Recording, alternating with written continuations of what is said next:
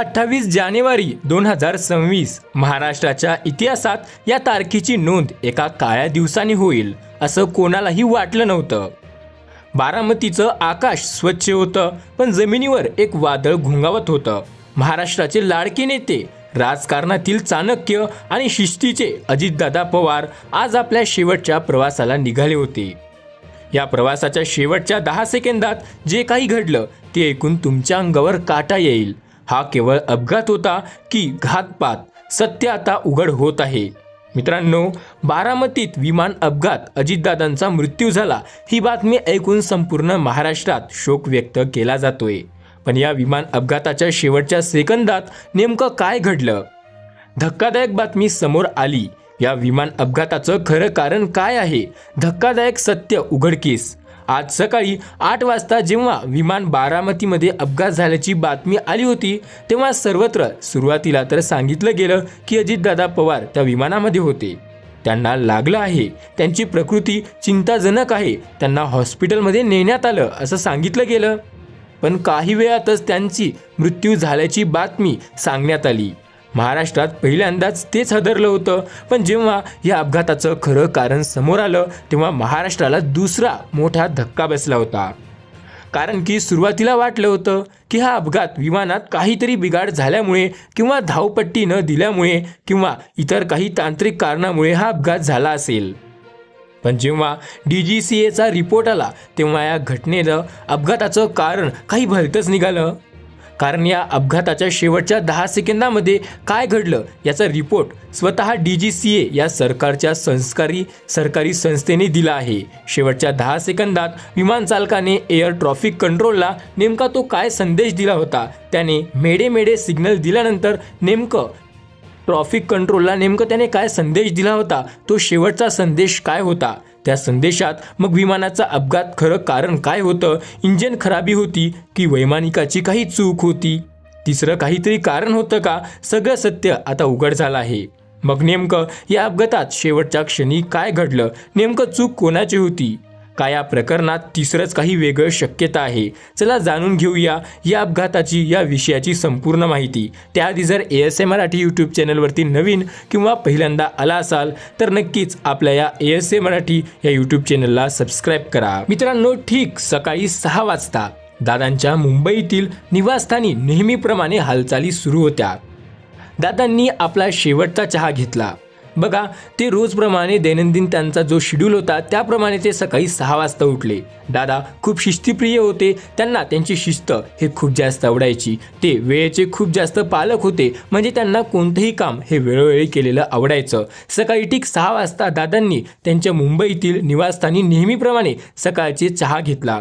त्यांना माहितीसुद्धा नव्हतं की हा चहा त्यांच्या आयुष्यातील शेवटचा चहा असेल आणि यानंतर ते कधीच चहा घेणार नाही। काही फाईल्स त्यांनी घेतल्या होत्या, त्या फाईल्स त्यांनी तपासल्या, काही फाईल्सवर त्यांनी स्वाक्षऱ्यासुद्धा केल्या। त्यांच्या चेहऱ्यावर बारामतीतील 4 सभांच्या नियोजनाचा उत्साह होता। बारामतीमध्ये त्यांच्या 4 सभा होत्या, त्यांची पूर्ण तयारी त्यांनी केली होती। 7:30 वाजता ते जुहू विमानतळावर पोहोचले।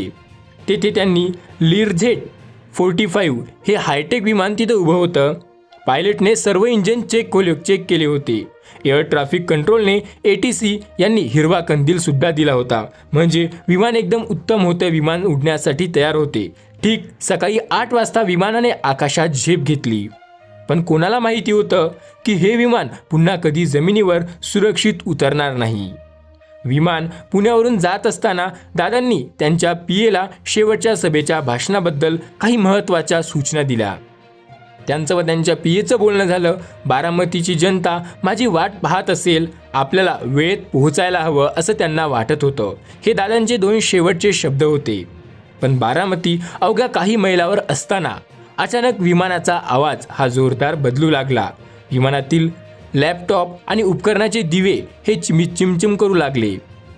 1000 फुटावर असताना वैमानिकाच्या लक्षात आलं की विमानात काहीतरी हायड्रॉलिक सिस्टममध्ये निकामी झाल्याची त्याला शक्यता आली। आता विमान त्याच्या ताब्यात नव्हते। विमान हे गोजुबाबी परिसराच्या वर आलं होतं। उंची आता फक्त 500 फूट उरली होती। कॉकपिटमध्ये अलार्म वाजू लागले होते। वैमानिकाचा थरथरात हात होते, रेडिओ चालू केला होता आणि त्याने एक सिग्नल दिला आणि जोरात ओढून संदेश दिला, मेडे मेडे मेडे. कंट्रोल गमावला होता. विमानाचा उजवा पंख जमिनीच्या दिशेने खूप जास्त झुकू लागला होता. सुरक्षा रक्षकांनी दादांना घट्ट पकडलं होतं, पण नियतीला काहीतरी वेगळं मान्य होतं. इंजिनमधून काळा कुट्ट धूर निघू लागला होता आणि क्षणार्धात ते अजस्त्र विमान एका दरीसारख्या भागात कोसळलं. एक भीषण स्फोट झाला आणि बारामतीची धरती हादरली. जमिनीत काम करणाऱ्या शेतकऱ्यांनी ते दृश्य पाहिलं. एक विमान अग्नीचा गोळा होऊन खाली येत होतं. अरे, हे तर दादांचं विमान वाटतंय. आज दादा आपल्या बारामतीमध्ये येणार वाटतंय, असं शेतकरी जोरदार ओरडत होते. असा ओरडा होता आणि शेकडो लोक त्या दिशेने धावले. पण तिथे पोहोचल्यानंतर जे काही दिसलं ते अत्यंत भयानक होतं. विमानाचे 2 तुकडे झाले होते. चहूबाजूंनी आगीच्या ज्वाला होत्या. पोलीस प्रशासन आणि बचाव पथक थांबलं. ते तिथं धावत गेले. सुरुवातीला अफवा आल्या की दादा वाचले आहेत, पण प्रत्यक्षात त्या भीषण अग्नीने सगळं काही संपवलं होतं. बारामतीचा तो वाघ कायमचा शांत झाला होता. आता प्रश्न उभा राहतो, चूक कोणाची? DGCA फॉरेन्सिक टीमने घटनास्थळी धाव घेऊन ब्लॅक बॉक्स हस्तक्षेप केला. त्यांनी तपास समोर आला की विमान हे लँडिंगच्या शेवटच्या 10 सेकंदात तांत्रिक बिघाड इतका मोठा होता की पायलटचा दुसरा कोणताही पर्याय उरला नव्हता. पण सोशल मीडियावर चर्चा आहे की हे केवळ तांत्रिक कारण होतं की यामागे काही राजकीय षडयंत्र आहे. स्वतः मुख्यमंत्र्यांनी आणि पंतप्रधानांनी या घटनेला सखोल अहवाल मागायला हवा. अजितदादाही गेले, पण मागे सोडून गेले अनेक अनुत्तरित प्रश्न. महाराष्ट्राच्या राजकारणातील एक धगवंत पर्व आज शांत झाला. सुप्रिया सुळे आणि पार्थ पवारांच्या डोळ्यातील अश्रू संपूर्ण महाराष्ट्र पाहत आहे. पण हा अपघात आपल्याला खूप काही शिकवून गेला. नियती कोणाला सोडत नाही. मित्रांनो, तुम्हाला काय वाटतं या घटनेबद्दल?